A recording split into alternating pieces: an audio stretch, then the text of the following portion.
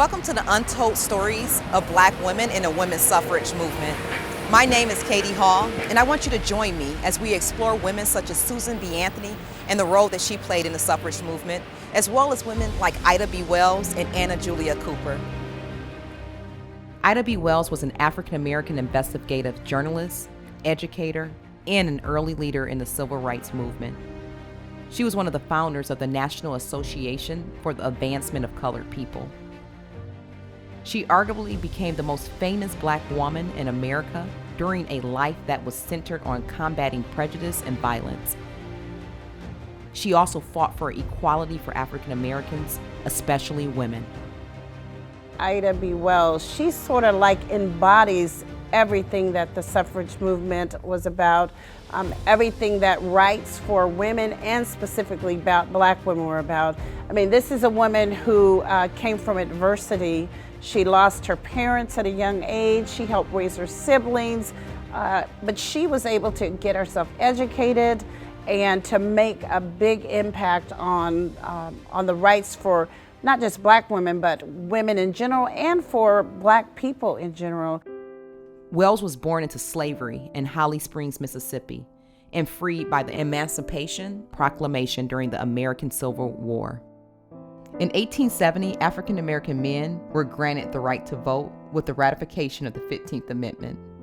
However, poll taxes, literacy tests, fear, intimidation, and later Jim Crow laws were used in former slaveholding states to keep them from exercising their right to vote. At the age of 16, Ida lost both of her parents and her infant brother in 1878 due to the yellow fever epidemic. Wells moved with some of the siblings to Memphis, Tennessee, where she found better pay as a teacher. Soon she co-owned and wrote for the Memphis Free Speech and Headlight newspaper. In the 1890s, Wells documented lynching in the United States through her indictment called Southern Horrors Lynch Laws in all of its phases.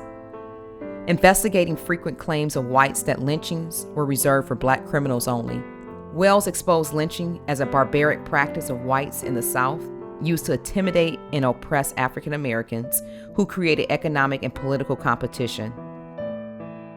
In a subsequent threat of loss of power for whites, a white mob destroyed her newspaper office and presses as her investigative reporting was carried nationally in Black-owned newspapers.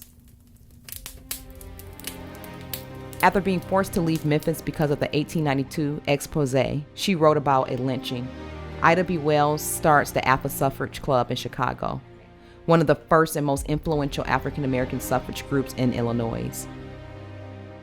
The group immediately sets out to mobilize and register Black men and women voters.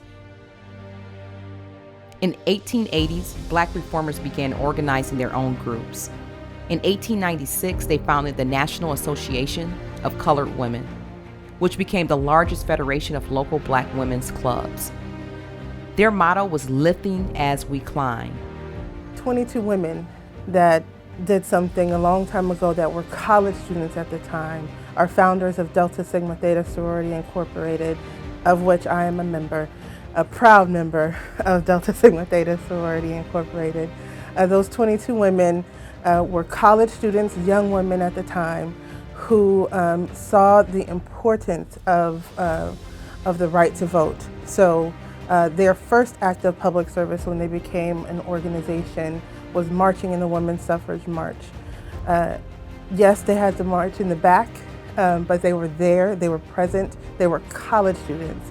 And that took extreme bravery and extreme forethought, and for them to be, in their teens and 20s and leading in that way and leading the way for hundreds of thousands of women that are a part of the sorority now puts them on the top of my list as my heroes.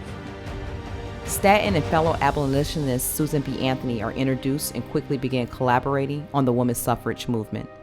Their life work included fighting for both to end slavery and property ownership of women. Susan B. Anthony has become a controversial figure in recent years, as she is quoted saying that women deserve the vote more than Black men. Stanton, too, has been criticized for her views on extending voting rights to African Americans. She echoed Anthony's resentment that Black men were allowed to vote before women. The first women's rights convention is held in Seneca Falls, New York, organized by Elizabeth Cady Stanton and Lucretia Mott, who began drawing parallels between the condition of the enslaved population and their own condition as prisoners within a patriarchal society. Women from all over the United States and abroad traveled to Washington, D.C. to participate in the march. Paul, working with Mary Church Terrell, allowed African American women to participate, but they had to march in the back of the parade. Prominent leaders like Ida B. Wells didn't agree with this decision. While she started in the back with the rest of the Black women, she ran to the front once the parade began to join the women in her state's delegation. Wells was outspoken regarding her beliefs as a Black female activist and faced regular public disapproval, including that of leaders with diverging viewpoints from both the civil rights movement and the women's suffrage movement. Establishing several notable women's organizations, Wells was a skilled and persuasive speaker and traveled nationally and internationally on lecture tours. Anna Julia Cooper was born a slave August 10, 1858 in North Carolina. She graduated from Oberlin College in 1884. In 1902, she was named the principal at M Street High School, and she was an educator there through 1930. At the age of 67, she received her PhD in 1925. So I think that we have come a long ways. If you look, you will see Black women in all professions doing all kinds of things. They're working as CEOs, they're partners, they're surgeons. So we are doing a lot of things. We've come a long way.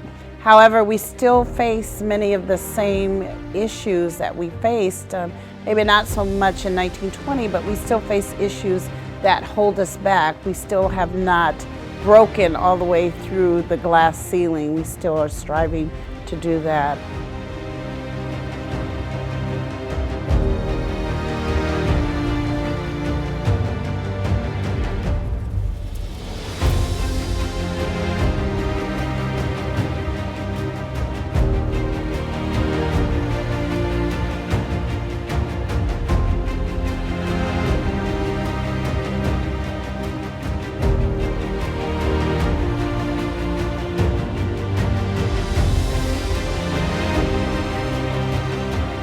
Thank you for joining us as we explore the untold stories of Black women during the women's suffrage movement.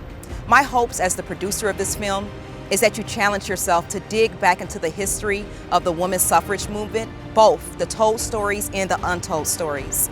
And collectively as women, we create the future that we want for our daughters and our granddaughters. Thank you so much for joining us. I'm Katie Haw.